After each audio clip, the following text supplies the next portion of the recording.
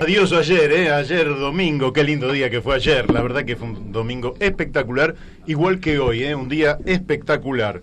Hoy, lunes 16 de diciembre, ya en la última etapa del año, en los últimos días de este diciembre que ya empezó a ser caluroso, ahora estamos teniendo 27 grados de temperatura, va a subir un poquito más, va a llegar probablemente a 28, pero después va a ir descendiendo. La verdad que es una temperatura muy pero muy agradable, propia para la época y un día para disfrutar, riquísimo. Son esos días que no hay que dejar pasar como un día más, no, cada hora hay que disfrutarla, de eso se trata.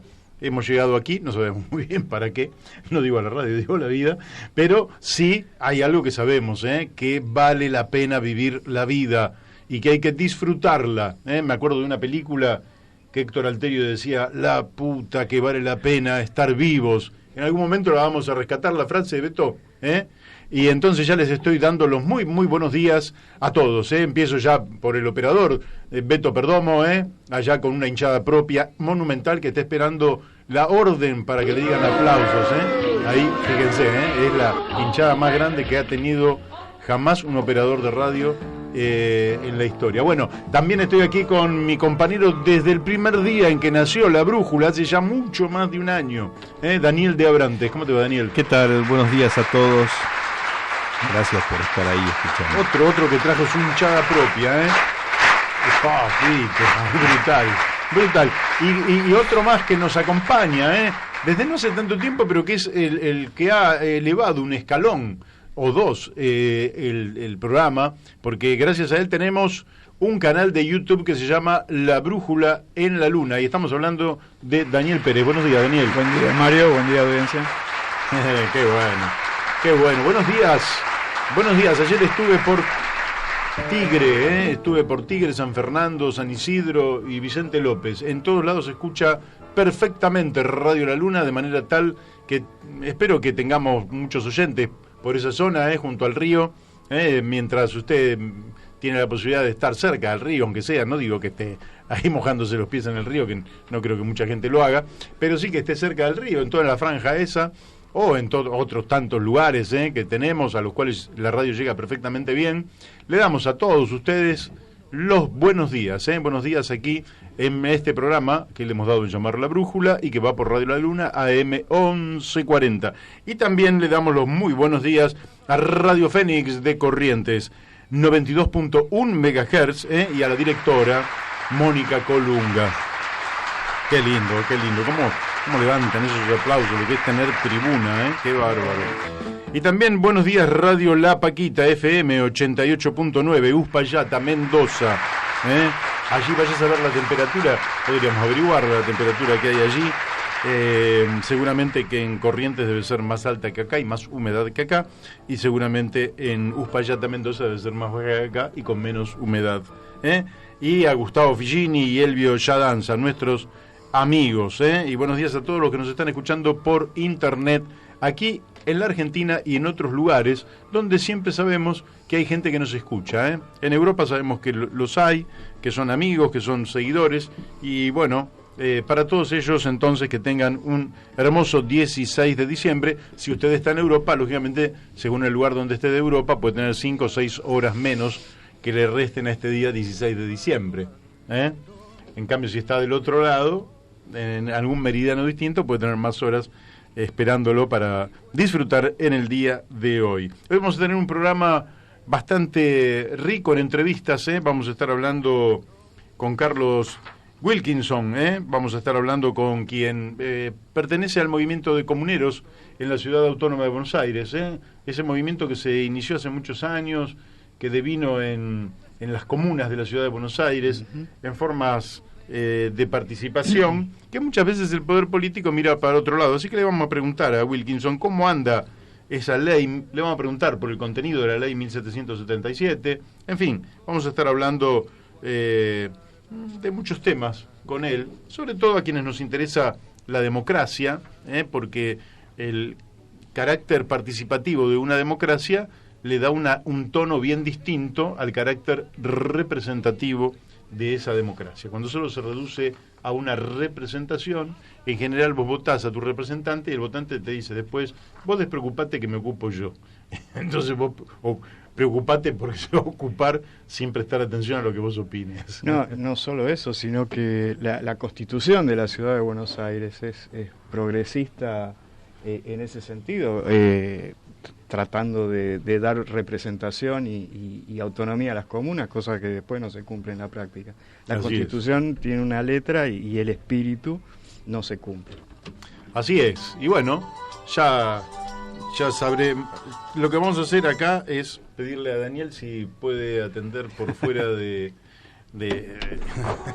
este estudio a quienes nos están llamando, son esas interrupciones, pero son accidentes de pequeños accidentes radiales que mejoran la calidad, porque usted está viendo que estamos haciendo el programa absolutamente en vivo. A las 12:30 vamos a estar hablando con Rubén Giustiniani y bueno, también a Rubén le vamos a preguntar por toda la situación nacional. Rubén ha sido diputado nacional en 2 oportunidades, senador nacional en 2 oportunidades, ha sido funcionario público y ahora está siendo diputado provincial en 2 oportunidades en la provincia de Santa Fe, y la verdad que con su gran trayectoria vamos a poder hablar de muchísimas cosas. Y finalmente vamos a estar hablando con alguien que es un invitado para reflexionar profundamente, así que vamos a reflexionar largo con Jorge Rulli.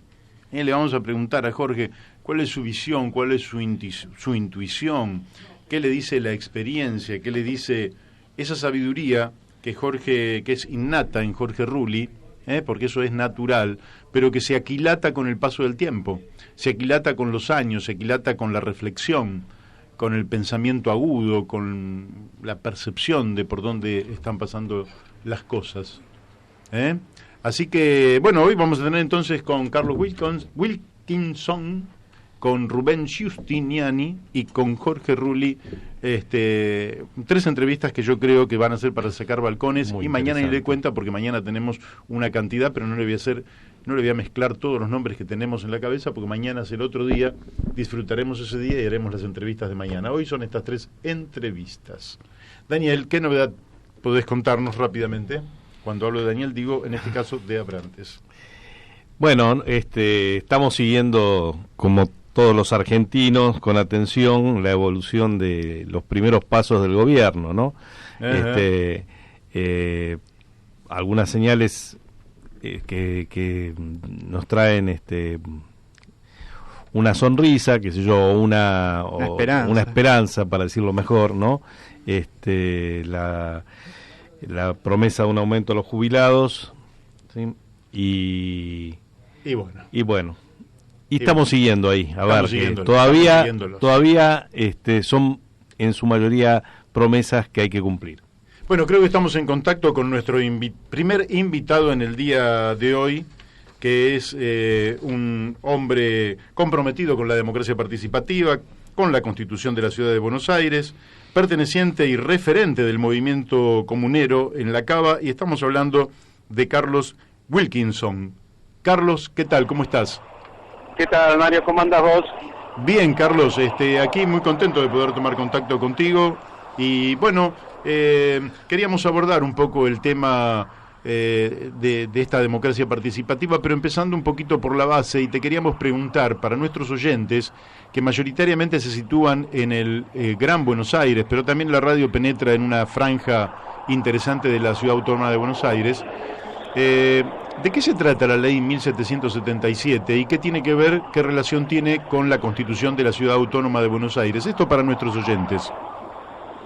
Bueno, mira, la ley 1777 en realidad lo que hace es reglamentar el título 6º de la Constitución de la ciudad, que establece la necesidad de que se forme una institución aquí en la Ciudad de Buenos Aires, que son las comunas. Uh-huh. Las comunas son como pequeños municipios urbanos, como cualquier municipio de cualquier provincia, pero tiene una característica muy propia, que es que tiene un organismo de participación directa de los ciudadanos en las decisiones que se toman para sus barrios y su ciudad, y en el control de que quienes fueron votados para hacer lo que los vecinos necesitamos lo hagan, y lo hagan bien. Claro. muy sintéticamente esto es lo que establece la ley de comunas, que en realidad lo que hace es materializar lo que está en el artículo 1 de la Constitución, que es la democracia participativa, ¿no? Uh-huh. Y vos, ¿cómo? Bueno, quiere decir que ahí tiene una suerte de autoridades, las comunas, que son las juntas y los consejos comunales. ¿Vos cómo dirías que está funcionando eso y qué relación tiene con el gobierno de la ciudad? Mirá, está funcionando muy mal porque justamente el gobierno de la ciudad nunca quiso que las comunas funcionen como organismos autónomos, o como instituciones, mejor dicho, autónomas del gobierno central de la ciudad. Es decir, ellos convirtieron a las comunas, o quisieron convertirlas, en una dependencia del gobierno central de la ciudad, como si fuera, qué sé yo, el registro civil que lo establezco en tal barrio para que atienda mejor a la gente. Claro. Y esto no es el concepto de la comuna. La comuna es un gobierno autónomo, por eso los vecinos de cada comuna votan a los 7 juntistas comunales. ¿Y el presupuesto cómo lo manejan? No, nunca le dieron presupuesto, ni siquiera le transfirieron las competencias exclusivas que las comunas deben tener. O sea, a ver, nunca el PRO quiso que existieran las comunas en Buenos Aires, jamás. Esto ya desde que estaba Macri. Y la verdad que si la ley salió porque la peleamos los vecinos, porque se sumaron muchos legisladores, logramos que salga, pero vos fijate que en la Constitución lo que estaba establecido es que las comunas tenían que estar funcionando en octubre del 2001, ¿no? Y a nosotros los vecinos nos costó 5 años conseguir que se haga la ley que reglamentara ese título sexto que te decía de la Constitución, 5 años más para que se ponga en práctica, amparo de por medio y decisión del Superior Tribunal de Justicia de la ciudad que obligó al gobierno a dar las elecciones, si no, no la daban, y de ahí en más, desde el 2011 hasta acá, nunca le dieron presupuesto propio, que es lo que debería tener, nunca le dieron las competencias exclusivas que deberían tener, es decir, lo convirtieron en una especie de apéndice del gobierno central de la ciudad. Y como en todas las comunas ganó el PRO, los presidentes de las juntas comunales eran todos del mismo partido que el gobierno de la ciudad, con lo cual obedecieron como empleaduchos de Larreta, o de Macri en su momento. Sí, acá se da una situación paradójica en la democracia argentina, que los estamentos representativos, en lugar de representar al pueblo, representan al poder de arriba. Sí, bueno, en el caso de la ciudad, a los negocios inmobiliarios, claramente. Claramente. Ahora vamos a ir para ahí, pero me detengo todavía un poquito más en el poder político. Yo recuerdo, porque en el año 2001 en el año 2000 hicimos una campaña con Antonio Cartañá, que estaba dejando de ser defensor del pueblo de la ciudad de Buenos Aires y pasaba a ser candidato a jefe de gobierno, y él decía que en términos generales quien accedía a la jefatura de gobierno de la ciudad, antes que atender las cuestiones de la ciudad, estaba pensando en ser presidente de la nación. Sí. ¿Vos creés que hay algo de verdad en esto que estaba diciendo Antonio?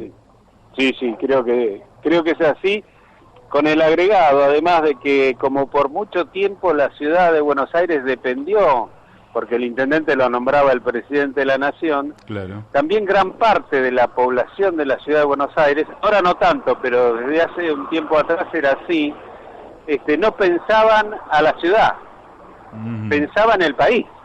O sea, ellos se sentían la capital del país, no la ciudad de Buenos Aires. Claro. Justamente lo que se logró con las comunas, sobre todo por parte de los consejos comunales, que son los consejos de los vecinos que hay en cada comuna, lo que empezamos a darle cauce al interés del vecino por su propio barrio y por su propia comuna, digamos, ¿no? Por mantener la identidad de su barrio, por ampliar los espacios verdes, por evitar que los negocios cierren, en fin, todas las preocupaciones que tiene uno en relación a su ambiente social inmediato, ¿no? Claro. ¿Y vos dirías que el gobierno del PRO durante todos estos años ha enajenado mucho terreno de la ciudad, mucho terreno que podrían haber sido usados para espacios verdes, recreación, para hacer negocios? Sí, bueno, no es que lo crea, está comprobado.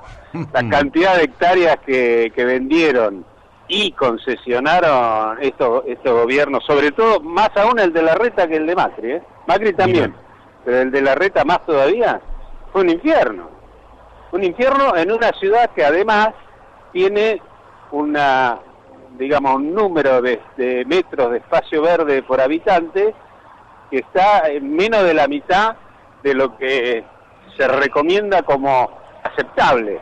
Claro. Como mínimo aceptable, que son 10 metros cuadrados.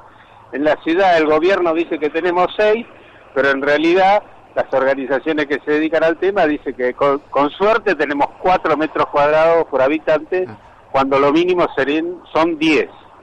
Claro. Y siguen vendiendo inmuebles, siguen vendiendo espacios y achicando la posibilidad de espacios verdes, ¿viste? Con lo cual es una ciudad que es cada vez menos saludable, digamos, ¿no? ¿Y por qué pensás que, a pesar de que ustedes participan, porque vos sos un verdadero hombre comprometido y hay muchas mujeres y gente comprometida con esto, ¿por qué pensás que hay una mayoría silenciosa que acepta, digamos, esta enajenación de tierra que en definitiva hace a su propia calidad de vida? Bueno, en primer lugar porque no está del todo informada. Y vos sabés la importancia que hoy tienen en nuestra sociedad los medios públicos, ¿no? Los medios, claro. Tanto los medios como televisión, diarios, etcétera, como hoy las redes virtuales, ¿no? Entonces, si vos entras a las redes, te das cuenta que ahí hay mucha información sobre lo que pasa con los espacios verdes, lo que genera el no contar con espacios verdes, que es mucho más que no tener sombra, digamos, o no ver verde, es mucho más que eso. Bueno, pero eso en las redes por ahí circula, porque hay organizaciones especializadas de vecinos, etcétera, que se dedican a esos temas y lo circulan. Pero a nivel de opinión pública general, lo toman muy poco. Mirá, hace 2 o 3 días salió un artículo en La Nación que creo que es el primero en 11 años que sale diciendo que tenemos poco espacio verde en la ciudad de Buenos Aires. Se dieron cuenta. Y con las comunas ni hablemos. La mayoría de la gente de la ciudad de Buenos Aires ni sabe que existen comunas, ni sabe lo que son, porque el gobierno de la ciudad se dedicó específicamente a desinformar a la gente sobre esta institución participativa. Claro. Te quiero hacer una pregunta, ya que fuimos por el lado de los terrenos y un poquito del ambiente. La relación de la ciudad con el río. También parece que allí se hubiera privatizado esa relación y que se circunscribiera muy poca gente. Cuando yo era pibe, estoy hablando de 50 años atrás, porque tengo 63 años, yo iba con toda la familia, íbamos ahí a la costanera, nos metíamos en el río, 50 años atrás. Hoy parece que la ciudad estuviera absolutamente de espaldas al río. ¿Cómo ves eso? Sí, y bueno, sí, yo creo que fue así. Yo también, cuando era pibe, iba a ir al río, era lo más normal. La primera cosa que empezó es que el río empezó a contaminarse. Claro. Y empezó a circular la idea de que no era bueno estar en el río. Eso es lo que yo recuerdo que empezó. Pero después, en realidad, si vos te fijás, toda la costa, es decir, tanto en el partido del Gran Buenos Aires, Vicente López, San Isidro, etcétera, como los que siguen al sur, sí, pero y en la ciudad de Buenos Aires también, se fue privatizando y vendiendo todos los terrenos que daban al río. Claro. Con lo cual, vos te generás, digamos, como 2 ciudades, ¿no? Una ciudad rica, con una vista al río, no que lo usen, pero por lo menos tienen vista al río, tienen aire que les llega del río, qué sé yo, y el resto que se arregle como pueda, ¿no? Y esto es una política para la ciudad de Buenos Aires, no es casual. Claro, sí, claro, no es casual, es decir, los lotes más caros son los que dan al río, los mejores negocios se hacen allí. Bueno, y hace 2 días sacaron en la legislatura una ley aprobando la venta de Punta Carrasco, esa zona directamente, con lo cual ya lo poco que quedaba se sigue vendiendo, ¿no? Qué bárbaro, qué bárbaro. ¿Cómo? Es tremendo, la verdad que es tremendo.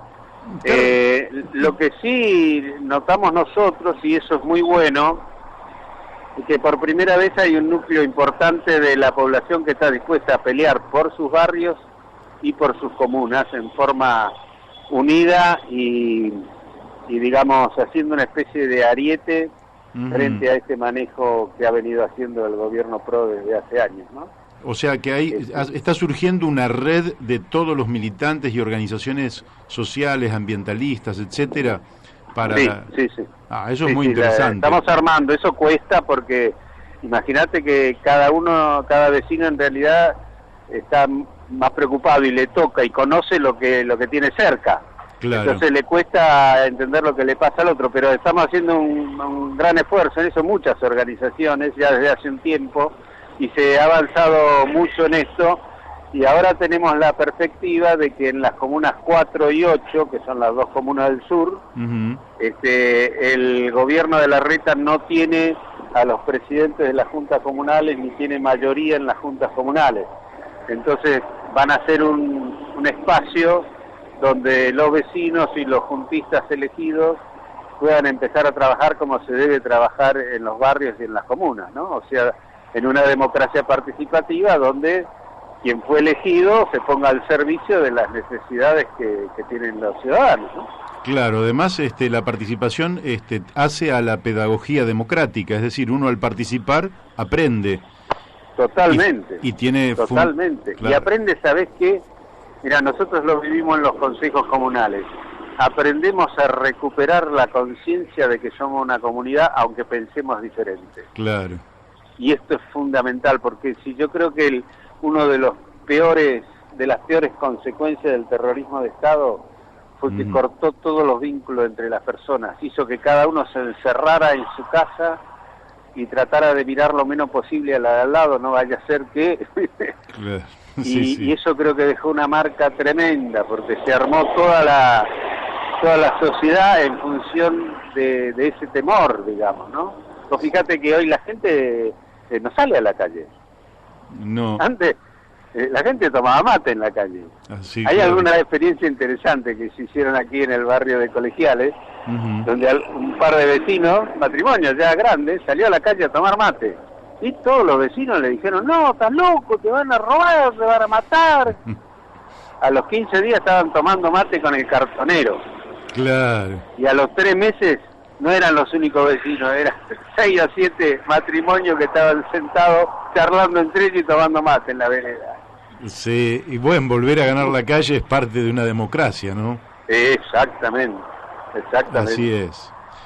Carlos, bueno, a nosotros el tiempo, vos viste cómo es, ¿no? Pero nos encanta charlar contigo y vamos a volver a hacerlo más adelante. Cuando vos quieras, Mario, estamos a tu disposición.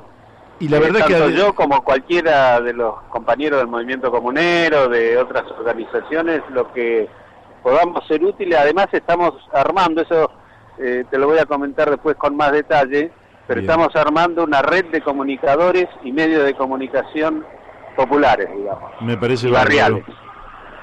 Bárbaro. De Bueno, manera que todos podamos acceder a información de lo que está pasando en distintos barrios, en distintas comunas, y las distintas peleas de los vecinos por tema o por otro tema. bien. Así que te avisamos apenas lo programemos un poco más para que te sumes desde ya. Desde ya, y aparte pueden contar también con este programa que defiende estos principios. Defendemos una democracia participativa, una democracia social, una democracia para el bienestar general y no de unos pocos. Así que, bueno, admirable tu lucha y quedamos hasta próxima comunicación. Dale, macanudo, Mario, un abrazo grande y ahí estamos a tu disposición. Bárbaro, bueno, un abrazo, Carlos. Hemos hablado Chao, entonces... viejo. Saludos a la audiencia. Bueno, Chao. Muchas gracias. Hemos hablado con un militante del movimiento comunero de la ciudad de Buenos Aires, Carlos Wilkinson, realmente un hombre admirable, porque son la gente que inyecta optimismo, inyecta energía, pone las cosas en negro sobre blanco para que las cosas queden perfectamente claras, que defiende el ambiente, que defiende a los seres humanos, que defiende el buen vivir. Qué importante. Y que exige que se cumpla la Constitución de la Ciudad de Buenos Aires. Qué importante que los vecinos decidan volver a tomar la calle, ¿no? En los términos del uso.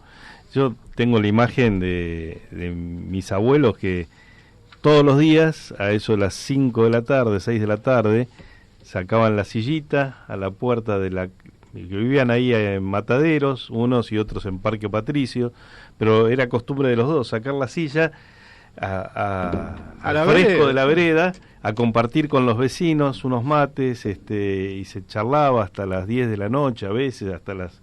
pero otra vida, ¿no? Otro tiempo. Y cuando había una fiesta se sacaba la mesa a la calle. Y cada yo me acuerdo llevaba en la casa de en Morón, en la casa de Adriana, de comer en la calle. Sí, claro, yo te puedo decir que yo vivía en Concordia, 1171, y yo era niño y me levantaba de la cama, ¿sí?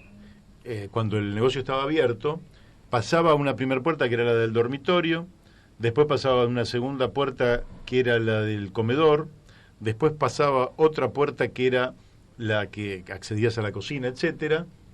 Después pasaba ya al negocio, pasaba el mostrador y pasaba a la puerta de la calle y estaba en la calle. Pero si vos hacías el camino inverso, como mis amigos, vos entrabas de la calle a mi dormitorio sin que hubieras tenido ningún obstáculo. Tal era el nivel de confianza que había que nadie pensaba que te podía pasar nada, hasta que tiempo después entró gente, pero ya muchos años después, yo te diría que la primera vez que robaron así en forma armada y violenta fue en la década del 70. Pero quiere decir que se pasó virtualmente desde el 50 y pico, toda la década del 60 y hasta el año 73, se pasó sin que hubiera un episodio de violencia. Casi 16, 17 años sin que pasara absolutamente nada y uno vivía en una paz y una tranquilidad muy grande, hasta que, bueno, también después ocurrieron otros hechos, ¿no? Sí. Y después tuvimos que poner rejas. Después ya después de la inseguridad empezó a crecer en pasos acelerados, porque las sociedades más injustas también generan más inseguridad. Yo recuerdo, en el año 80 viajé a Brasil, y lo primero que me llamó la atención era que todas las ventanas tenían rejas, todas las puertas tenían rejas, y era algo que me llamaba la atención. Digo, bueno, años después acá estamos en la misma situación, o sea, todos estamos tras las rejas, sí. Sí. Bueno, con el tema de la autonomía de las comunas, el tema central es el traspaso de los recursos, de los recursos y de las competencias de las comunas. Por ejemplo, las comunas tienen competencias sobre la reparación de las veredas. Sí y solo sí la reparación no supere los 2 metros cuadrados. Ah, bueno. O sea, con lo cual, incluso hay denuncias de empresas contratistas que van a supervisar una rotura denunciada por un vecino, y lo que hacen es agrandar la rotura para que ya no sea competencia de la comuna, sino que pase al gobierno central. Sí, claro, en tema de arbolado también, o sea, le transfirieron la competencia de la plantación, pero no de la poda y mantenimiento. Y como eso todo, ¿no? Bien, creo que estamos en contacto con Rubén Giustiniani, que es diputado provincial por Igualdad y Participación, que además fue 2 veces diputado nacional, 2 veces senador nacional, funcionario público, realmente un hombre con muchísima experiencia en la política, con muchos quilates y con el cual tenemos el gusto de hablar. Rubén, buenos días, ¿cómo estás? ¿Qué tal, Mario? Buenos días, gracias por la comunicación y por la presentación. Bueno, no, es un gusto de verdad, Rubén, porque acá cuando no nos da gusto hablar con alguien directamente no lo hacemos. Correcto, me parece muy sano. Bueno, mira, estoy... Como hace menos de una semana asumió un nuevo gobierno nacional, también en las provincias, en muchos municipios, acá en Buenos Aires todos los municipios asumieron entre el 10 y el 11 de diciembre, no en Santa Fe, pero con esta nueva administración te tengo que preguntar qué expectativas tenés. Bueno, que exista un cambio, que exista un giro de 180 grados de la política económica social de un gobierno de Macri que hundió al país en la recesión, en una inflación insoportable que va a terminar con más del 50%, desempleo, no hay un número que no exprese el desastre para los sectores populares que produjo el modelo macrista, es decir, un gobierno que desde el primer día benefició claramente a los grandes grupos concentrados, quitándole las retenciones a la minería, estableciendo un modelo de rentabilidad financiera contra la producción, contra la industria, y el resultado está a la vista, una sucesión de tarifazos también que llevaron a un arrastre de inflación que hizo perder el poder adquisitivo de trabajadores, jubilados, pensionadas. El año pasado más de un 20% perdieron su poder adquisitivo, así que todo lo que se puede esperar en una situación muy complicada que asume el gobierno actual, porque existen compromisos de deuda para este año y para el año que viene que son gigantescos, de acuerdo a ese acuerdo nefasto con el Fondo Monetario Internacional, que estaba claro que era absolutamente insustentable ese préstamo de 57 mil millones de dólares que es imposible de pagar en los términos tal cual se han planteado, y un modelo que profundizó la recesión en búsqueda de un equilibrio fiscal absolutamente superfluo. Sí, claro. Y ahora, hoy se está impulsando la ley que le llaman de solidaridad social y reactivación productiva, donde el gobierno parece apostar a la posibilidad de afrontar una situación que desde mi punto de vista es una situación donde se superponen y se potencian distintas crisis, porque aquí hay crisis económica, crisis social, crisis fiscal, crisis monetaria, crisis de deuda, etcétera. ¿Cómo ves que vaya a responder la oposición o franjas de la oposición respecto a esta propuesta de ley, y si te parece la herramienta adecuada para afrontar esta coyuntura tan compleja? Bueno, la herramienta todavía no la conozco, o sea, evidentemente que hay que ver en detalle cómo está planteada. Me pareció muy buen discurso del presidente Alberto Fernández en el Congreso, abarcando prácticamente todos los temas que había que abarcar de acuerdo a un nuevo tiempo para el país.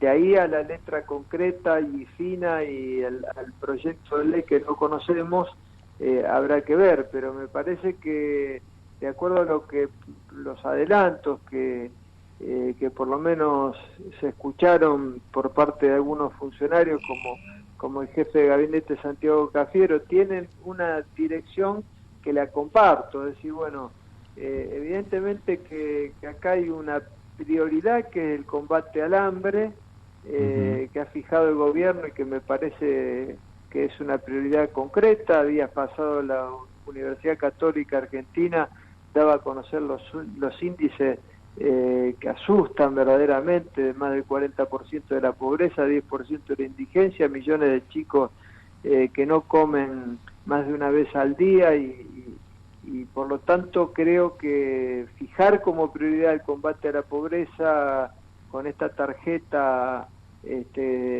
alimentaria que está planteada, que habrá que ver la instrumentación, creo que comparto como prioridad. ¿De dónde va a salir el dinero? Por lo tanto, comparto que tienen que pagar los que más tienen en Argentina, los que más ganan, y que por lo tanto hay que hacer adecuaciones fiscales en ese sentido, donde siempre hemos manifestado y lo hemos hecho y dicho en distintas oportunidades, todavía sigue pendiente una gran reforma tributaria, fiscal en la República Argentina, donde de una vez paguen los que más tienen, los que más ganan, y no como hasta ahora, donde sobre todo el capital financiero concentrado siempre son los grandes beneficiarios de los modelos económicos que se han ido sucediendo. Por eso, con la dirección planteada hasta el momento, en términos generales, las comparto. Habrá que ver la ley en detalle, cómo está planteado estos objetivos principales. Bien. Bien. Sí, hay, digamos, una necesidad imperiosa de tener mayores recursos porque además hay déficit fiscal y, como vos decís, hay vencimientos de deuda que son de una magnitud inabordable en el corto plazo. Al tiempo que se insinuó siquiera que iba a haber, que el campo iba a tener que hacer un aporte, y cuando decimos el campo sabemos la segmentación que corresponde hacer al respecto, empieza como a haber una reacción en cadena muy grande. ¿Vos cómo percibís que a pocos días, a horas de asumir un nuevo gobierno, ya haya elementos de la actividad rural que estén confrontando con el nivel de, digamos, virulencia, para decirlo de alguna manera, que están expresando por lo menos en las redes? Sí, a mí me parece que en primer lugar hay que y me gustó mucho cuando el jefe de gabinete dijo Santiago Cafiero que un gobierno que va a tener que hacer mucha docencia. Me parece que hay que hacer mucha docencia y explicar siempre muy bien de qué se está hablando. Lo que hizo el viernes a la noche el gobierno fue corregir un decreto de Mauricio Macri que fijaba un tope de 4 pesos por dólar a las retenciones que el mismo decreto fijaba un aumento del 12% a las retenciones a la soja. Lo que hizo el gobierno fue eliminar esos 4 pesos por dólar de retención y quedó fijo el 12%, que sumado al existente 28% de retención lleva a la soja al 30% y al maíz, al trigo y al girasol al 12% y a la carne al 8%. Es decir que eso es en concreto la restitución de un decreto de Mauricio Macri que ya existía. O sea que si bien en el número final representa una carga adicional, porque cuando se fijaron los 4 pesos por dólar de retención era con un dólar que estaba en 40 pesos. Claro. Y ahora el dólar está en 62, con lo cual prácticamente lo que en concreto este decreto significa es actualizar la devaluación que se produjo del peso de 42 a 62. O sea que la norma prácticamente es la misma. Esto me parece lo primero a aclarar. En segundo lugar, me parece que lo que el gobierno tiene que poner en práctica, y creo que lo va a poner en estos días, es lo que dijo el presidente Alberto Fernández del diálogo. Me parece que es el camino fundamental, sentarse fundamentalmente con los pequeños y medianos productores, con la Federación Agraria Argentina, a discutir lo que yo considero, desde el punto de vista que hemos dicho siempre, que las retenciones, si hablamos de esta medida en particular, tienen que ser segmentadas, es decir, no es lo mismo un pool de siembra que un productor, que los hay muchos, y vos lo conocés, incluso en la pampa húmeda, que tiene 20 o 30 hectáreas, con lo cual no significa la misma retención y el mismo proceso productivo del pool de siembra a un pequeño productor agropecuario. Y me parece que ha quedado pendiente en todo ese debate histórico que tenemos respecto a la producción agropecuaria, que las retenciones deben ser segmentadas. Sí, claramente, porque además si no se genera un bloque injusto, porque el que lo necesita termina siendo un poco la infantería de los grupos más concentrados, ¿no? Y esto se vio ya en 2008 con la 125. Ya lo vivimos. Yo creo que no chocar con la misma piedra me parece que es lo que tenemos que hacer, y creo que lamentablemente el hombre tiene esa característica a veces, ¿no? Que choca 2 veces con la misma piedra, pero espero que las enseñanzas del pasado ayuden a que el tiempo presente y futuro lo caminemos de manera diferente. Rubén, vos has planteado la mecánica, si se quiere, o el instrumento del diálogo, que es el uso de la palabra, de la argumentación, de la sensatez, propio de la política. Se está volviendo a plantear la posibilidad de constituir un Consejo Económico y Social, que si mal no recuerdo, ya vos lo planteaste, y no me acuerdo si Guillermo Esteves Boero también lo había planteado, y ahora el diputado Enrique Esteves también lo está planteando. ¿Cómo estás viendo ese instrumento para la etapa esta tan crítica que estamos viviendo? Me parece fundamental, sí, como muy bien vos lo decís. En el año 87, Esteves Boero planteó su primer proyecto de ley presentado al Congreso apenas asumido como diputado nacional. Fue el proyecto de ley del Consejo Económico Social. Yo colaboraba con Guillermo en la tarea legislativa y fue un arduo trabajo de muchos meses, de mucha elaboración.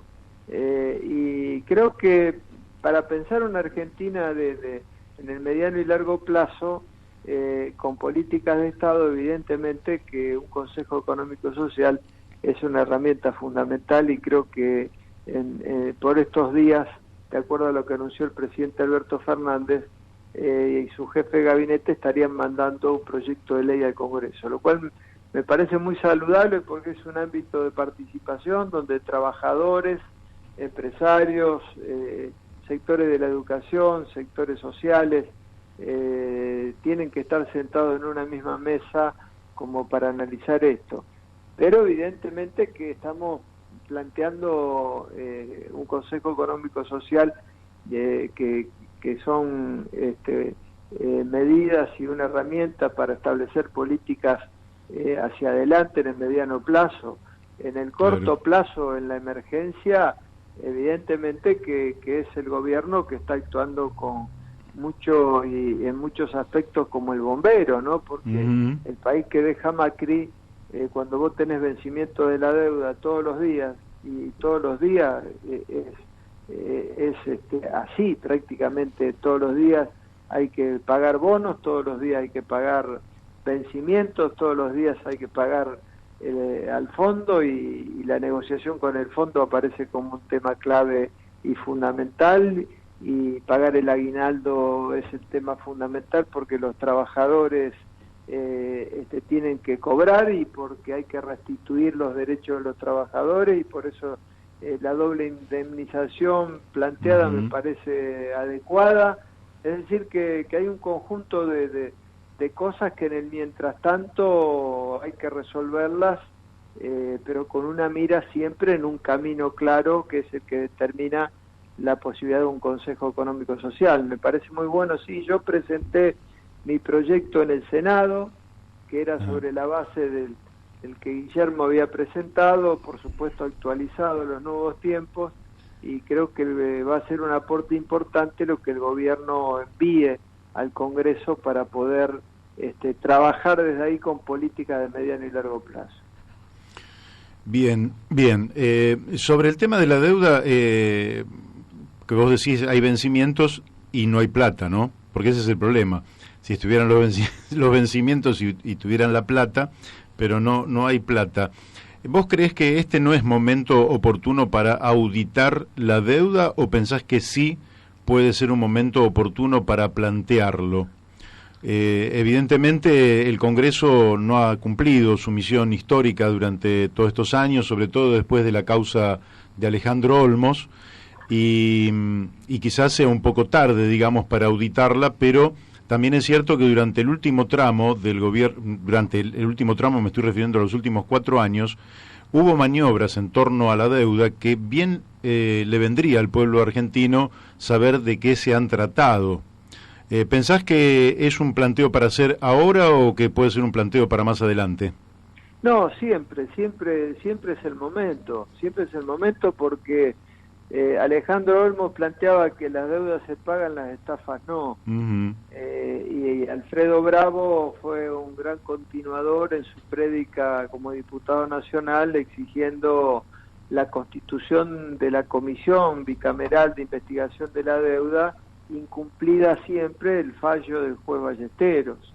Y siempre insistiremos en que ese fallo se cumpla, que la Comisión Bicameral se integre y que el análisis de la deuda en la República Argentina siempre esté como un hecho político fundamental, porque no puede ser que cualquier gobierno democrático como el que pasó de Macri, pero que haga un acuerdo como el que hizo con el fondo sin pasar por el Congreso y que le quede una pesada carga a todos los argentinos por muchísimos años, y que eso comprometa el futuro mismo del país y el presente del país. Entonces, creo que hablábamos antes de hacer docencia, y creo que haciendo docencia nunca debemos dejar estos planteos en el camino, no para recordarlos como parte de la historia, sino para actualizarlos como políticas presentes. Por eso sería muy bueno que se tome una decisión política de cumplir con el fallo del juez Ballesteros, de integrar la Comisión Bicameral de Investigación de la Deuda, de la mano a una negociación real, actual, que hay que hacer con el Fondo Monetario. Pero creo que también tiene que ser un elemento fundamental para que los gobernantes no hagan cualquier cosa cuando les toque gobernar, porque son, como nos enseñaba el maestro Alfredo Bravo, son mandatarios, y los mandantes, que el pueblo argentino, no da cheques en blanco para que hipotequen nuestro futuro, como es el último acuerdo con el Fondo Monetario Internacional, en donde a todas luces, en los momentos que se explicitaba las características del acuerdo, todos sabíamos, absolutamente todos sabíamos, no hay que ser economista para entender que semejante cantidad de dinero iba a ser imposible pagarla en 3 años. Todos sabíamos, y que los condicionamientos de ese préstamo, con una política de ajuste fiscal que planteaba, iba a ser profundizar un proceso de recesión en el país, y eso significa más hambre, significa menos educación, menos salud, significa menos trabajo. Así que me parece que es fundamental que el cumplimiento de ese fallo se realice y que se tome como decisión política en la integración de la Comisión Bicameral. Bien, me acompañan Daniel Pérez y Daniel de Abrantes. Ahora Daniel de Abrantes te quiere hacer una consulta, Rubén. ¿Qué tal? ¿Qué tal, Rubén? Buenos días. ¿Qué tal, Daniel? Buen día. Estamos viviendo con la expectativa de un nuevo gobierno, hay mucha expectativa en la gente y esperanza de que las cosas cambien, pero yo quería hacerte una pregunta más haciendo abstracción de este momento que estamos viviendo hoy, y la pregunta es: ¿cuándo será el momento de un gobierno socialista en la Argentina? Bueno, ¿qué pregunta? La bolita mágica no la tenemos para... evidentemente que estamos todavía lejos de eso, ¿no? El Partido Socialista, que me tocó dirigir durante muchísimos años, y hemos tenido con Mario muchísimas coincidencias en la marcha del socialismo en el país, hoy ha quedado representado en su mínima expresión, ¿no? Prácticamente volvió a tener una sola banca que había tenido Esteban Boero en el año 87. Después en el año 89 ingresaron Alfredo Bravo Polino y después Laporta, y después tuvimos muchos ahí como diputados nacionales, un bloque que llegó a tener 12 diputados nacionales y un senador nacional, que me tocó a mí volver al Senado Nacional después de Alfredo Palacios, que había sido el último en el año 1963. Entonces, después de estas elecciones en la provincia de Santa Fe, donde el socialismo perdió la gobernación y perdió la ciudad de Rosario, su bastión de 30 años de gobierno socialista, por primera vez después de 30 años no va a haber un intendente socialista en Rosario. Si bien el Frente Progresista conserva el gobierno de Rosario, no va a haber un socialista al frente. Así que no es un buen momento para el socialismo en la República Argentina, entendido el socialismo desde lo que podía ofrecer el Partido Socialista.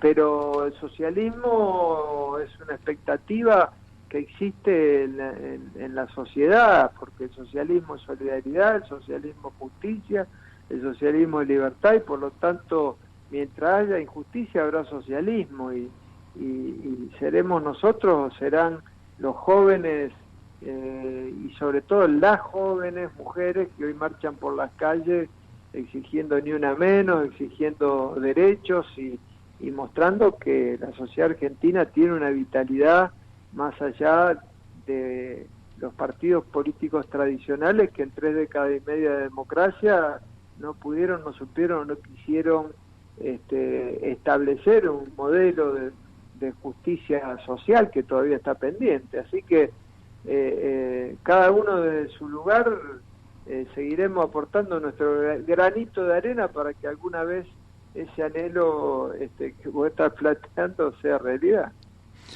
Así es. Bueno, la pregunta de Daniel dejó poco espacio para otras preguntas que te quería hacer y tampoco nos da el tiempo para mucho más. Sí te quería hacer, y con esto cierro, pero no quiero dejar de señalarlo, que vos sos autor de una ley en defensa del agua como derecho humano y de prohibición del fracking en Santa Fe.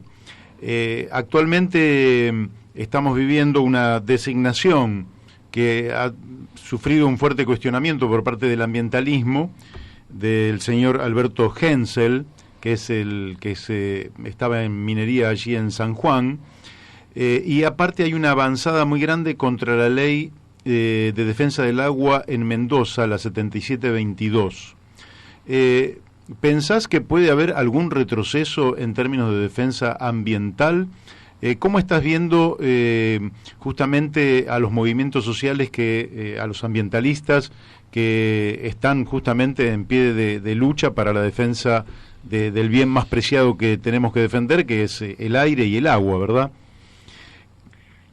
Los movimientos sociales ambientalistas han demostrado que están a la cabeza de la defensa del ambiente en Argentina y en el mundo. Que una niña de 16 años, Greta Thunberg, haga poner nervioso a los grandes burócratas del poder mundial, que en su temor a tomar medidas están llevando al planeta a un cambio climático insostenible, y que el fracaso de la COP en 25 en Madrid demuestra que una vez más esos burócratas del poder no se animan a tomar las medidas que hay que tomar.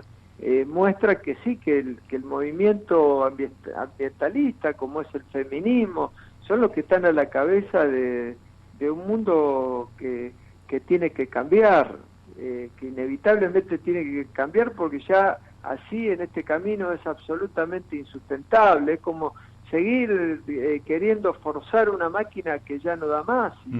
Y no es que el clima se volvió loco, sino que los que se vuelven locos son los que le tocan gobernar y siguen insistiendo con las políticas del fracking, con las políticas del carbono, con las políticas que están llevando a un límite la existencia del planeta. Por lo tanto, ojalá que el gobierno nacional tenga esta mirada que tiene el ambientalismo, que tienen los movimientos sociales, que es la mirada correcta que tienen los técnicos y los científicos. Si no, hay una brecha gigante que se mostró en Madrid el día pasado entre lo que decían los científicos, que nos mostraban, miren que así vamos camino al desastre del planeta, y los políticos que no toman ninguna medida. Entonces tremendo. Espero que el discurso del secretario de Medio Ambiente a nivel nacional, no sé si es secretario o ministro, Mario, me parece que es ministro, ¿no? El secretario de Minería... No, Cabandier. Cabandier. Ministro creo que es ministro, ¿no? Ministro. Creo que es ministro, sí. Creo que es ministro. Sí. Espero que esté en una política que vaya de la mano con lo que hoy plantea todo el ambientalismo. No viene con muy buenos antecedentes en general el kirchnerismo en ese área. Cuando fue gobierno hasta el 2015, de hecho que Macri la profundizó, pero digamos que todo lo que es el fracking en Vaca Muerta arrancó con el gobierno de Cristina.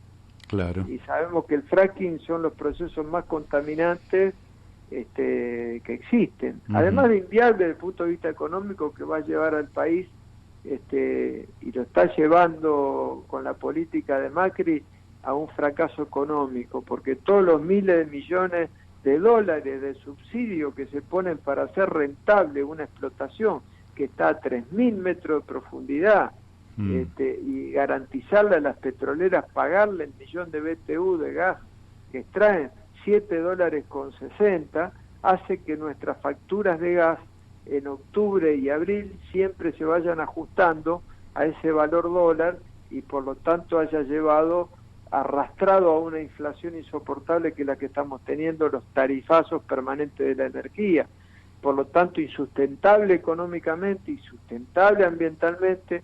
Ojalá que este gobierno cambie una política, a pesar de que cada vez que miramos y escuchamos parece que la joya sea Vaca Muerta, cuando es una joya que nos lleva, desde mi punto de vista, a un fracaso total. Así es. Bueno, Rubén, te agradecemos infinitamente esta amabilidad que has tenido de comunicarte con nuestro programa La Brújula, y esperamos que pronto se repita una entrevista de esta naturaleza. Gracias a ustedes, a disposición. Buenos días. Buenos días. Un abrazo. Bueno, hemos hablado entonces con el diputado Rubén Giustiniani de Santa Fe. Y vamos a la tanda de la radio. Bueno, y seguimos aquí en La Brújula por Radio La Luna AM 1140 junto a Daniel Pérez y Daniel de Abrantes. Estamos tratando de ya tomar contacto con nuestro amigo. Antes de cambiar de tema, Mario, yo quería referirme a algo que hablaste con Giustiniani. La causa Olmos, que dio lugar al fallo de Ballesteros, es la causa Olmos 1. Hay otra causa, es la causa Olmos 2, que abarca todo el periodo democrático, desde Alfonsín hasta la Alianza, que no ha tenido fallo, está cajoneada en tribunal. O sea, no es solo responsabilidad del Poder Legislativo la no investigación de la deuda, sino también del Poder Judicial, en ese sentido. Así es. Y recordemos que el fallo de Ballesteros también llegó tarde. Llegó cuando estaba prescrita, y después de la muerte de Alejandro Olmos. Sí, la verdad que la historia de la deuda externa argentina es una historia de terror. De terror, sí, terrible. Para tomar una franja cercana de la deuda, o sea, desde la dictadura militar para acá, la realidad es, como decía Mario, que el Congreso ha incumplido con su misión de ser el guardián de la deuda, ¿no? O sea, que el país no se podría endeudar sin la participación explícita del Congreso, por un lado, y por otro lado está en mora en todos los temas de auditoría, porque esto ya se ha demostrado que la deuda asumida en la época de los militares es una deuda fraudulenta, que el mega canje, el blindaje, y la última operación con el FMI tienen partes muy muy oscuras, y que, como bien se dijo en la entrevista con Giustiniani, bien le harían a la salud de este país conocer los detalles y saber las condiciones en las que se tomaron esas deudas y qué fueron de esos dineros, ¿no? Porque la paradoja de todo esto es que nos hemos endeudado, hemos pagado fortunas en intereses usurarios, ¿sí? Y la deuda no se tradujo en bienes, en ningún concretos y beneficios, todas penurias. Pero lo que quiero que quede claro, o sea, nosotros no es cuestión de echarle la culpa al Congreso que no, o sea, acá hay el tema de la deuda y lo plantea muy bien Héctor Giuliano. La deuda es un sistema, pero además de ser un sistema en sí mismo, forma parte de un sistema de dominación más amplio que abarca otros aspectos, pero hay una complicidad de los tres poderes del Estado en esta situación de deuda permanente, impagable, ¿sí? Tanto el Ejecutivo, que es el que toma deuda sin capacidad de repago, como del Judicial, que no investiga las irregularidades y las fallas dentro de esa toma de deuda, como del Congreso, que no asume su responsabilidad en esas cuestiones y que tampoco investiga ni forma la comisión bicameral para hacer lo que un fallo tardío del Poder Judicial recomienda, porque ni siquiera se lo pone como una orden. O sea, sí, uno de los datos que a los que los argentinos nos hemos acostumbrado por lo menos a escuchar, no todos saben bien de qué se trata, pero que es importante y tiene que ver con el tema de la deuda, tiene que ver con el dato del riesgo país, que todos sabemos ya superó los 2.000 puntos, y que establece el nivel de interés, termino con esto, de interés sobre el endeudamiento argentino, sobre los créditos que se le pueden otorgar a la Argentina.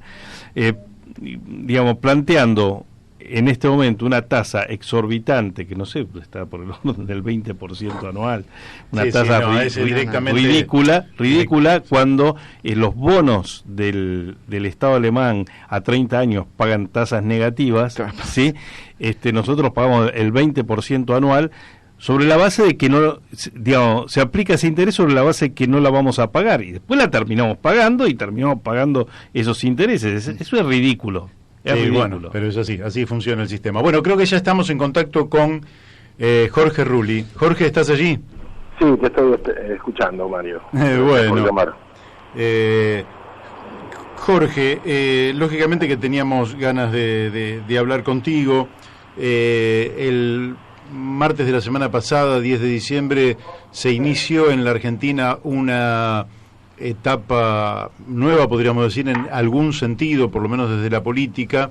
Hay distintas miradas y nos gustaría un poco conocer tu mirada respecto a este proceso que se inicia, digamos, formalmente con la asunción de Alberto Fernández a la presidencia de la Nación y el cambio prácticamente de los equipos de gobierno, tanto a nivel nacional como, por ejemplo, en la provincia de Buenos Aires. Mira, a ver. ¿Querés que empecemos? Mi mirada. ¿Querés que empecemos por otro lado?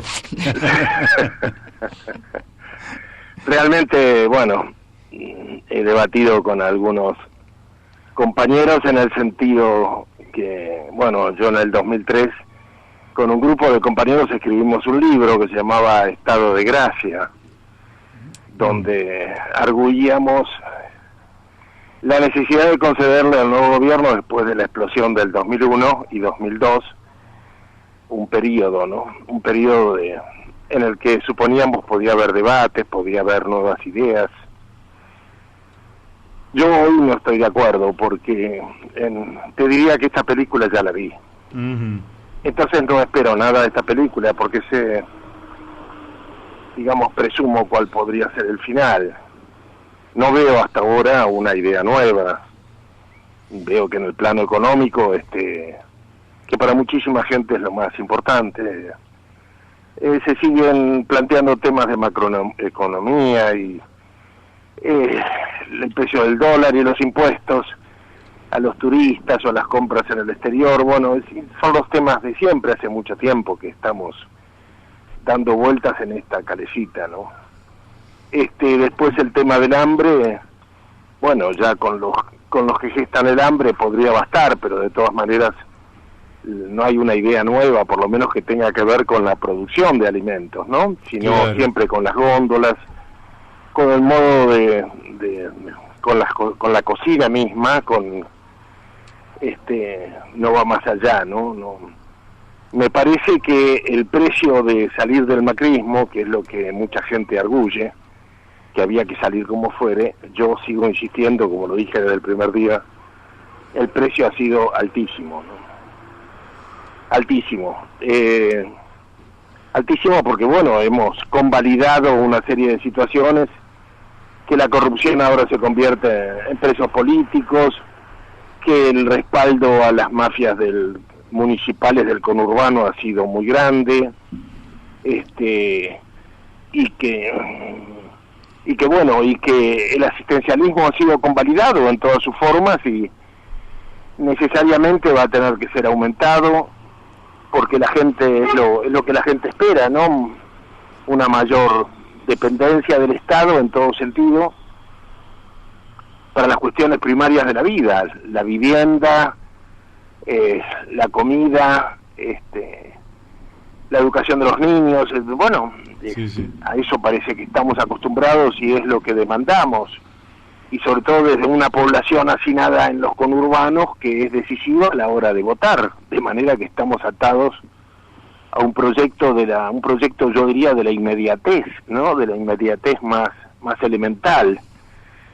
No hay dónde debatir una idea de nación, un proyecto más ambicioso, o que tenga que ver con el cambio climático. Parece que en la Argentina el cambio climático no interesa. Las formas de unir la antigua demanda de establecer lazos de unión con América Latina, bueno, hoy se reducen a una especie de complicidad entre gobiernos que han sido depuestos o gobiernos progresistas que han fracasado, ¿no?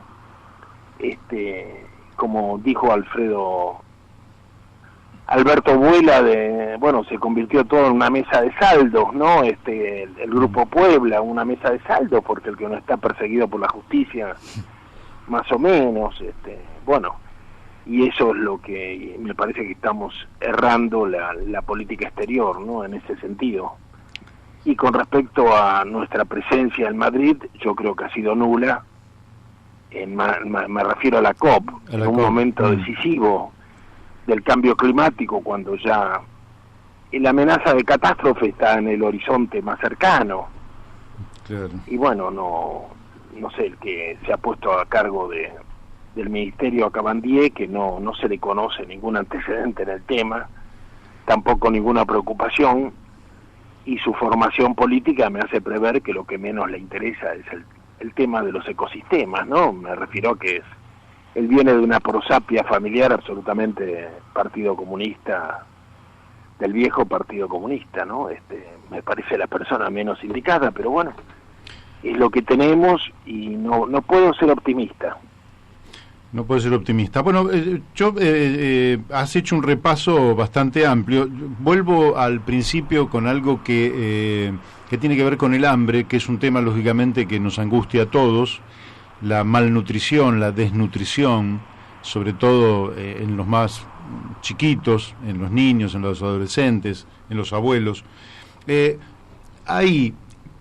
¿Por qué no sentís que hay que restablecer un vínculo entre el ser, o sea, el habitante, el ciudadano y la tierra, y que la tierra sea digamos, la base sobre la cual la alimentación de la familia se vuelva a sostener?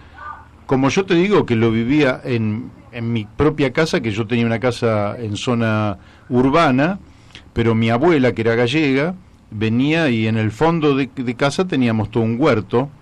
¿Y no crees que hay que restablecer ese vínculo? ¿Cómo lo pensás? Claro. ¿Cómo lo pensás? Claro, pero eso es parte de una visión que me parece difícil que se pueda tener desde Puerto Madero, donde para este peronismo minúscula se ha ubicado hoy día, ¿no?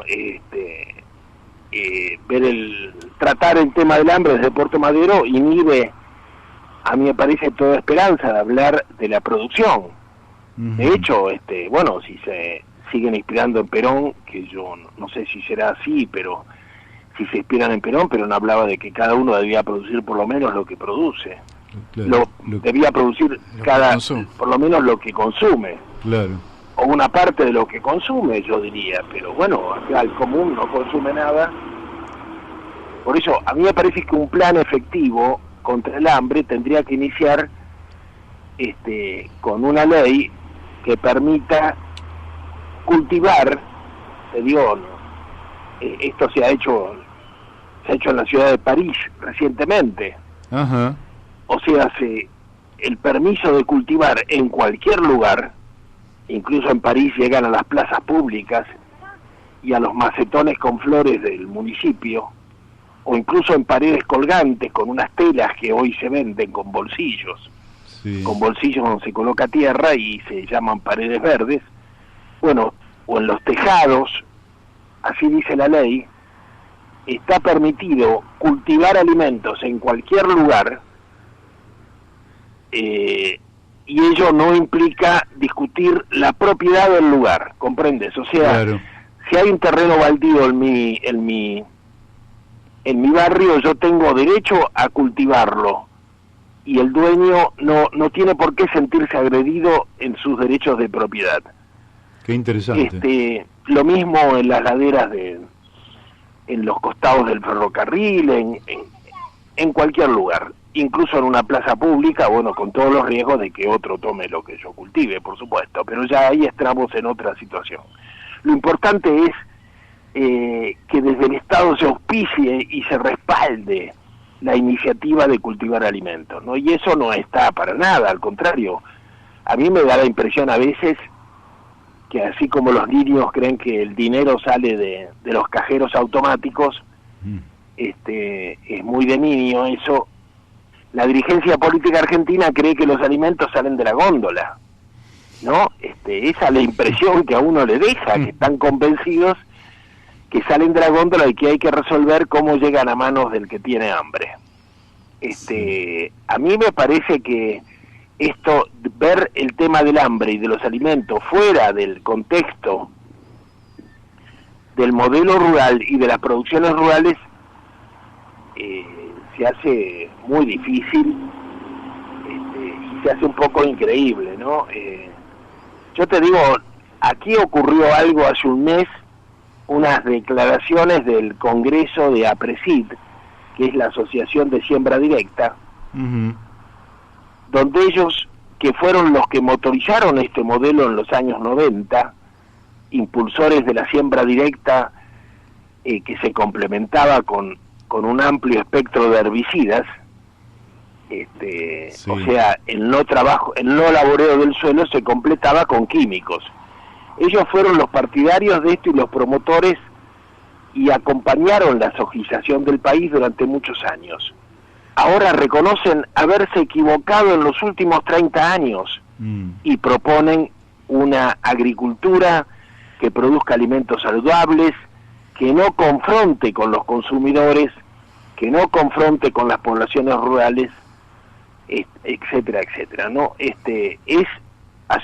Han sido discursos muy importantes que hemos tratado de divulgar desde abajo, desde donde estamos nosotros, desde la opinión pública, pero que no han tenido la menor resonancia a nivel del Estado o a nivel de las autoridades competentes. Al contrario, siguen adhiriendo a continuar con la soja, cuando la soja ya no es negocio, que te lo dice la gente del campo, cuando la gente del campo a todo riesgo está metiendo vacunos en sus campos para recuperar el suelo, porque el INTA reconoce que se ha perdido la mitad de la materia orgánica del suelo en las zonas más ricas de la Argentina, en la planicie. Una locura. Es una locura. Entonces, APRESID dice que durante 30 años se equivocaron, que tendrían que haber vuelto mucho antes a las rotaciones, a los cultivos variados, y que no se puede hacer agricultura sin ganadería. Esta es una idea fundamental.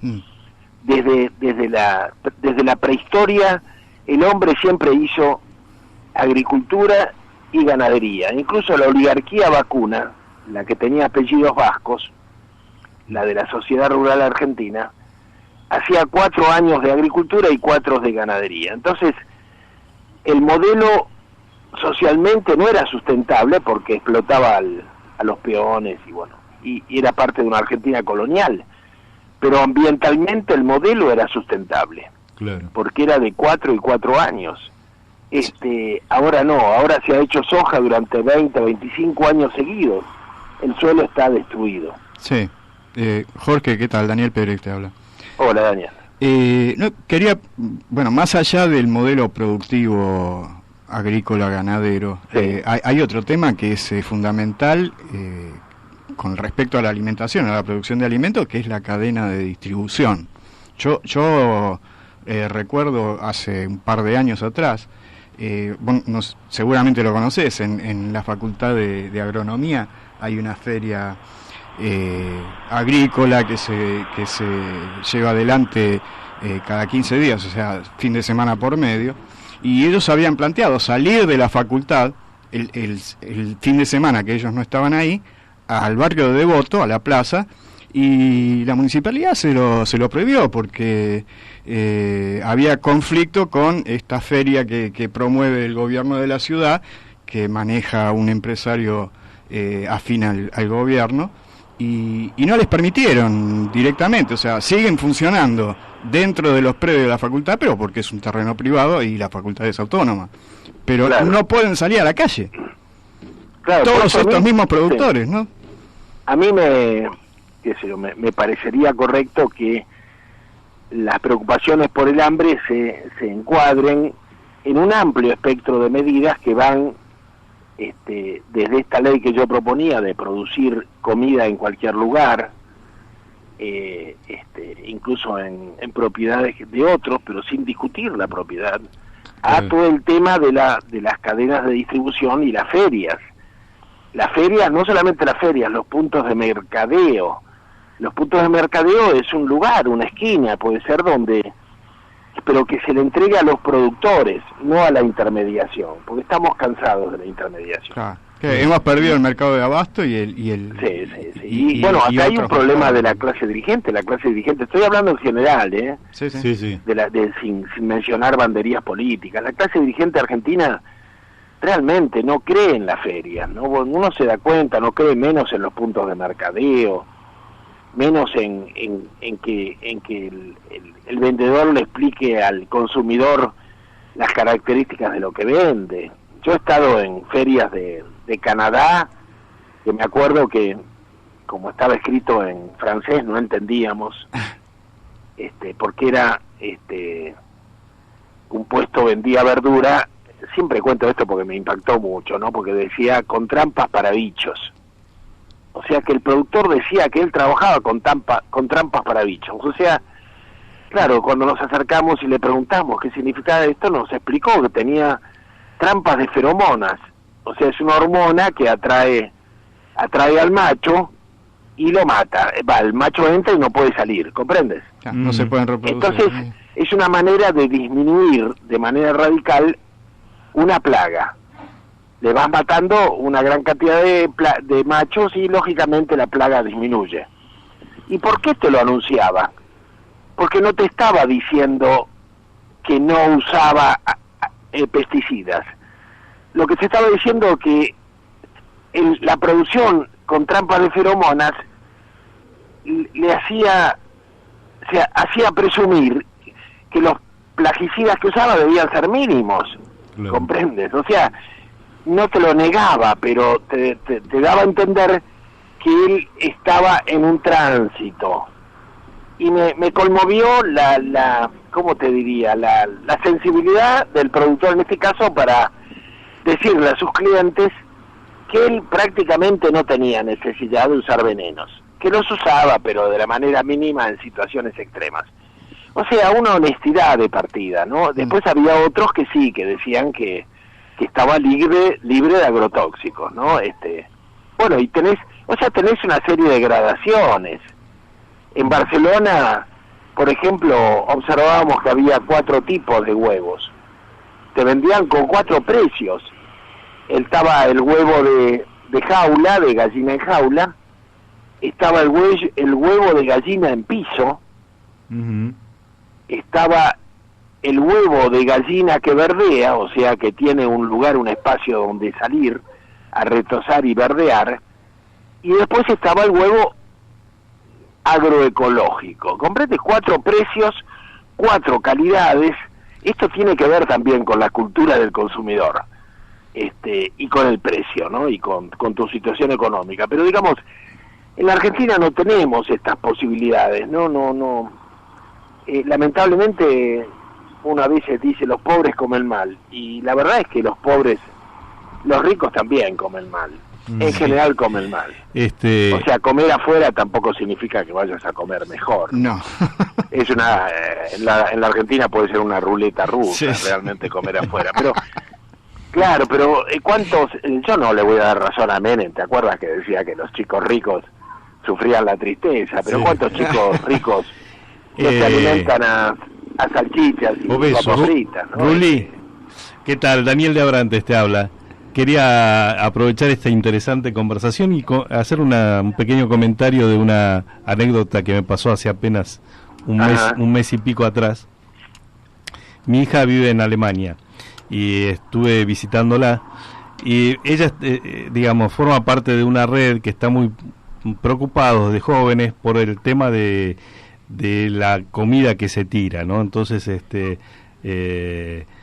van a los supermercados, a distintos lugares a buscar la comida que se descarta y la reciclan y promueven el consumo de eso, ¿no? Y me pasó de estar caminando por la calle y de repente me para mi hija y me dice: uy, mirá qué lindas bananas que dejaron acá, las voy a llevar y voy a hacer un pastel en casa. Y se llevó las bananas que levantó de la calle, que estaban ya bien moraditas, y con eso hizo una comida.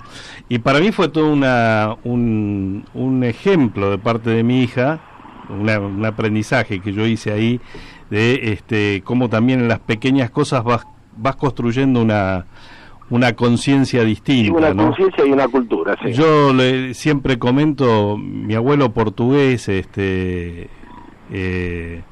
con toda una historia, digamos, de campesino, vivía sobre la avenida General Paz. Un día, caminando por la avenida, ve una colmena y va a la casa, se agarra un serrucha la rama con la colmena y se la lleva para la casa. Y cuando murió mi abuelo en la terraza, que vivía en una casita en un terrenito de 10 por 30, había 12 colmenas, ¿sí? En la terraza de mi abuelo. Y mi abuelo además producía absolutamente todo lo que consumía, tomate, hasta el tabaco se plantaba, porque era fumador de pipa, y plantaba y cosechaba su propio tabaco. Y esto en un terrenito de 10 por 30, ¿no?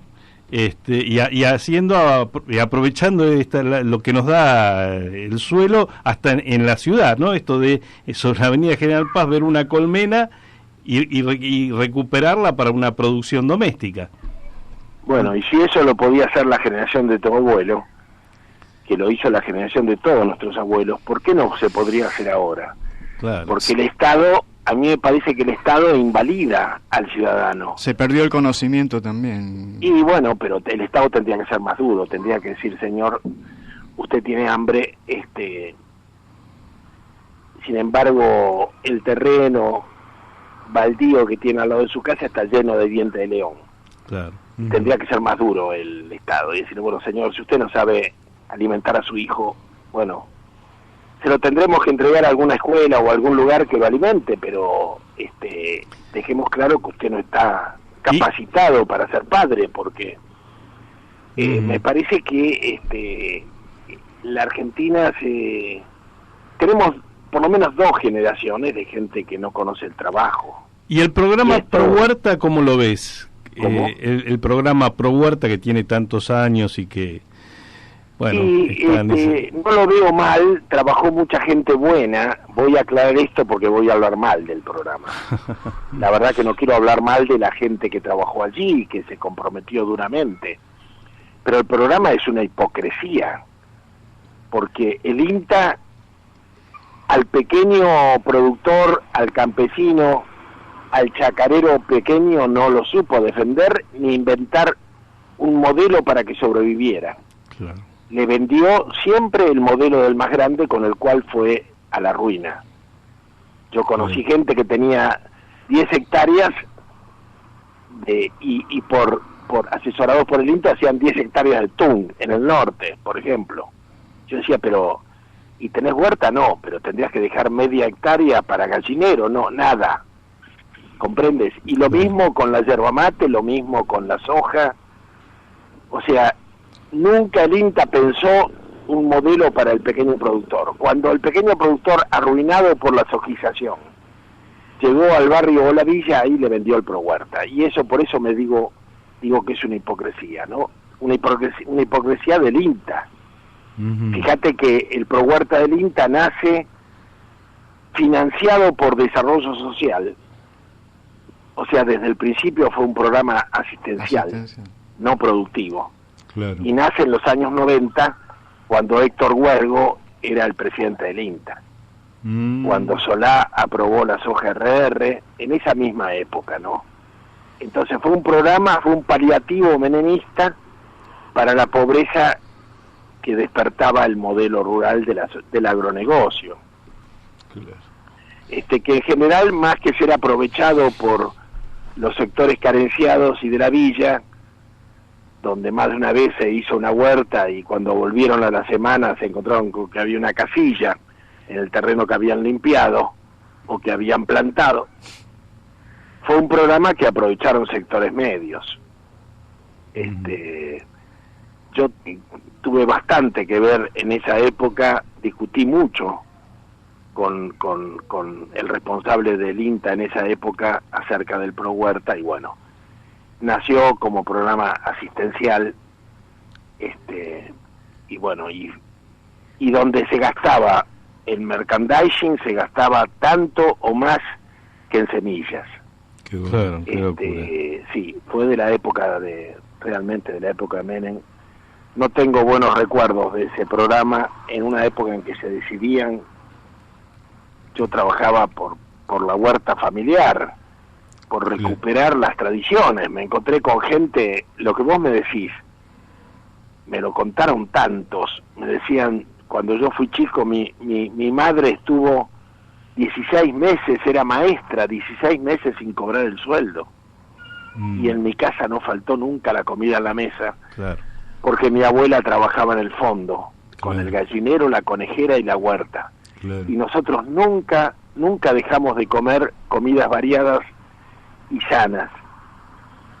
Y a veces el hombre en medio de un bosque me decía, te estoy hablando de la zona allá de Sarandí, de las islas, del DOC Sur, me decía, todos estos árboles los planté cuando los plantó mi abuelo, y me llevaba de la mano a mí que tenía 3 años.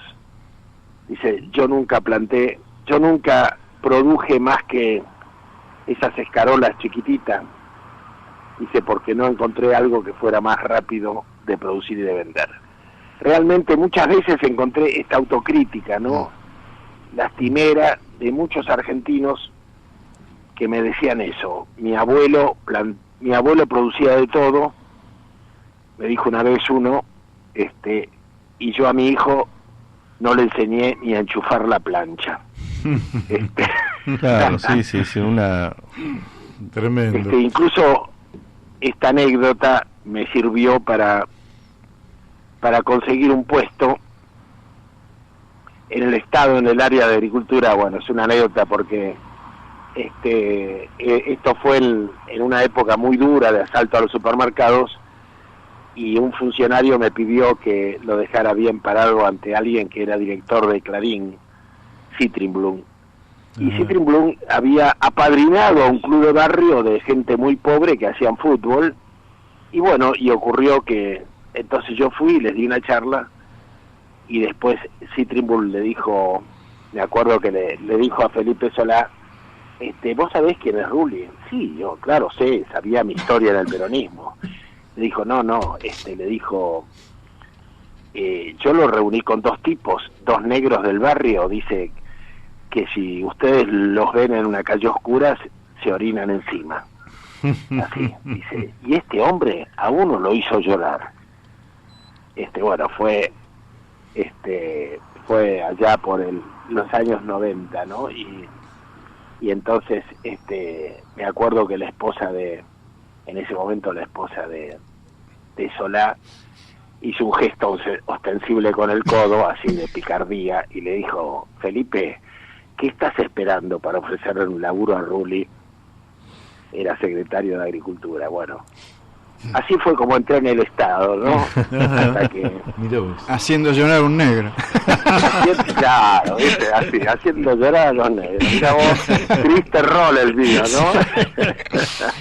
Pero justamente yo a tanta gente la vi llorar, y yo creo que es importante reconocer, mira, mi abuelo producía de todo y yo no sé hacer nada. Bueno, así se empieza. Habría, digamos, lo que uno siente es que el Estado no convoca a recordar y valorar estas culturas. Sí, y el sistema educativo también, que está ausente de esto, ¿no? Totalmente ausente. Yo agrego a lo que vos decís.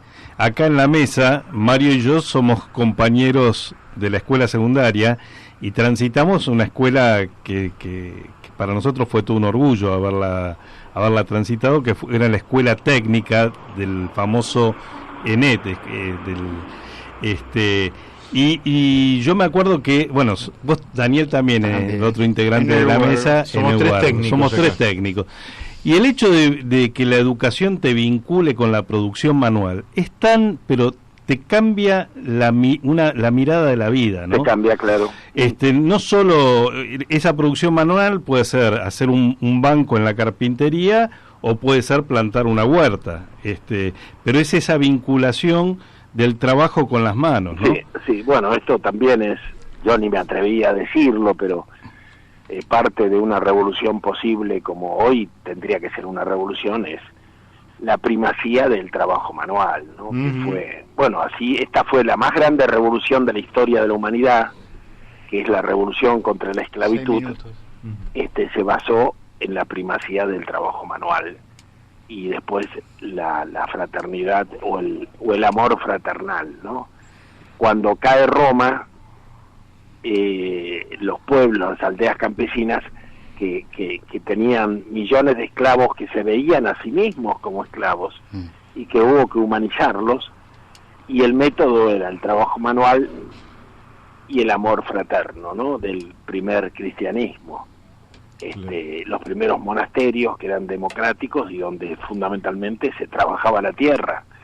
La gente vivía muy aislada porque los bosques estaban llenos de bandidos y salteadores, y ahí se constituyeron las primeras comunidades posteriores al imperio romano, ¿no? Y que se basaron en la igualdad entre hombres y mujeres, las asambleas, y además el comunal, que era la tierra común, que todavía en Europa, en España, yo estuve en lugares donde hay tierras comunes, que son de todos, aunque el Ministerio de Agricultura de España, cuenta a lo largo de la historia haber expropiado 28 millones de hectáreas de comunal, te das cuenta, de tierra, 28 millones, para constituir el Estado. O sea, el Estado en España, en Italia, se constituyó sobre la tierra campesina. Claro. Bueno, en gran medida en lo que hizo Garibaldi, ¿no? En Italia, pero justamente yo me encontré con que estaba yo tratando de investigar en Roma, en Feltrinelli, la famosa librería del que era amigo del Che, y estaba investigando sobre los brigantes, quería saber qué son los brigantes, y la empleada me estaba indicando unos libros, y se me acerca un italiano y me dice, mire, me dice en italiano, esta señorita no sabe, dice, no es el libro que lo va a ayudar. Y entonces me recomienda otros libros, ¿no? Para averiguar sobre estos bandoleros, que los mataban igual que aquí a la época de Felipe Varela, que los mataban y después les sacaban fotos, vestidos con el fusil en la mano, ¿no? Bueno, y entonces me dice, yo le explico que quería saber esta historia, esta parte de la historia, de la unidad de Italia. Y él me dice, pero usted no sabe por qué su abuelo tuvo que emigrar. Pero no se refería a mi abuelo, se refería a la generación de mi abuelo, claro. Finales del siglo XIX. Y le digo, no, bueno, es emigrante económico. Me dijo, no. Dice, su abuelo, como tantos otros italianos, se tuvo que ir porque le quedaba, o eran brigantes o se iban a América. Y estaban de más en la Italia de la unidad. Eran materia descartable. En realidad fueron emigrantes políticos de la constitución del Estado Unido en Europa, ¿no? Tuvieron que emigrar. Y a tal punto que mi abuelo, en la Revolución del 90, mi abuelo era anarquista, y en la Revolución del 90, cuando los radicales estaban asaltando los cuarteles y formando las milicias, en plena revolución mi abuelo estaba peleando con otros anarquistas en la calle contra la caballería de la policía montada, ¿no? Que a su vez la mayoría habían sido prisioneros de Roca, eran indios mapuches que los habían reconvertido con el uniforme y el sueldo, obra social no había en aquella época, y que estaban gozosos de poder pegarle a los blancos sablazos en las calles a nombre de la ley, ¿no? Bueno, los famosos cosacos, y en medio de esta trifulca terrible, que debía ser durísima, se abrió una puerta y los muchachos se pudieron recoger en ella, y entraron en tropel, escapando de la policía, por una puerta que se abrió, y esa puerta era la de mi abuelo materno, ¿no? Y ahí mi abuelo, que ni siquiera sé si hablaba español, porque recién llegaba, tenía 25 años, se flecha con mi abuela Elvira, ¿no? Así empezó imagínate el árbol que tengo yo, ¿no? Jorge, me justifica. Jorge, ese árbol me justifica. Te lo llevas en el ADN. Por ahí si se nos corta, nos volvemos a comunicar, ¿eh? Porque te digo que podemos tener un corte ahora. Jorge, bueno, hay algo que no dejaría de preguntarte porque, en fin, una vez me dijeron que el Estado argentino, o el Estado en general, en la Argentina es propietario, esto me lo dijeron en el 2003, ¿es propietario? Te voy a decir, de 300.000 hectáreas. No, mucho más. No, perdón, de 30 millones de hectáreas, de 300.000 kilómetros cuadrados. ¿Escuchaste lo que te dije? Te lo digo. Sí, parece mucho, no sé por qué, ¿de dónde? De tierras fiscales. Me dijeron que no tenés un dato al respecto, ¿no? No tengo, no. Bueno, pero me dijeron que sí. Mira, que no eran, que eran tierras. Una vez también, más o menos para la misma época, en el año 2003, me dijeron que hasta se podía producir en la Patagonia, porque en realidad el gran problema de la Patagonia no es tanto la tierra, sino la falta de agua, pero el agua falta porque en los deshielos el agua viene de la cordillera de los Andes y se va al mar sin que nada la retenga y no sirve para el riego, por tanto. ¿No crees que hay poca reflexión o poco debate respecto a estas cosas? Sí, totalmente. No. Mirá, hay un caso en la zona cercana a Trelew, el INTA, en cooperación con productores con los que se han asociado, están haciendo una experiencia, la provincia los convocó, una experiencia notable con ovinos, y resulta que la meseta donde llega humedad del mar en una zona y en la otra llega de la cordillera. Bueno, la zona media de la Patagonia se está despoblando porque por abuso de majadas de ovejas se ha sobrepastoreado y se ha empobrecido el suelo, y el viento se lo lleva al suelo, se lo lleva al mar. Claro. Y se ha permitido esto a lo largo de los últimos años, y entonces directamente ya no vive nadie. Entonces empezaron a hacer un trabajo de pastoreo racional, dividiendo el campo y concentrando el rebaño, al estilo de lo que se hacía, de lo que hacen los rebaños en época cuando el hombre no está. Por ejemplo, en las películas documentales tomadas desde el aire de los rebaños africanos, vos ves el rodeo totalmente apretado porque alrededor hay un círculo de depredadores. Entonces, que se van comiendo los más débiles o los enfermos, pero el resto del rebaño está apretado y come junto, y cuando se traslada deja el suelo abonado y ha comido todo, lo bueno y lo malo. En cambio, cuando vos pones haces pastoreo extensivo, el animal come solamente lo que le gusta, claro, y lo sigue comiendo hasta que esa planta desaparece. Entonces lo que va quedando es una pradera cada vez más pobre. Hoy día lo que se hace con el pastoreo racional es dividir el campo, y entonces se concentra y no se vuelve hasta que el dueño del campo considera que la planta ha renacido totalmente y puede ser comida de nuevo. Y eso puede llevar 1 mes, 2 meses, lo que fuere. ¿Comprendes? Qué interesantísimo. Han logrado restablecer los potreros y los campos de ovinos donde pueden volver a poner entonces animales, y bueno, y entonces la provincia considera, bueno, que puede volver a haber población. El problema de la Argentina es que se ha despoblado del territorio. Así es. Pero el sobrepastoreo de la Patagonia también se da en la provincia de Corrientes.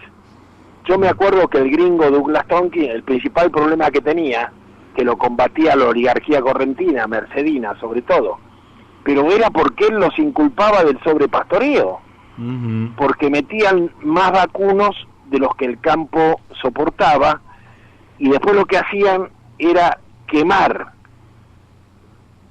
todo, porque esa manera se abonaba el suelo. Claro, se quemaba todo si se abonaba el suelo un poco, pero también quemaban vivo a los osos hormigueros, bueno, a todos los bichos que había, la fauna, la quemaban viva.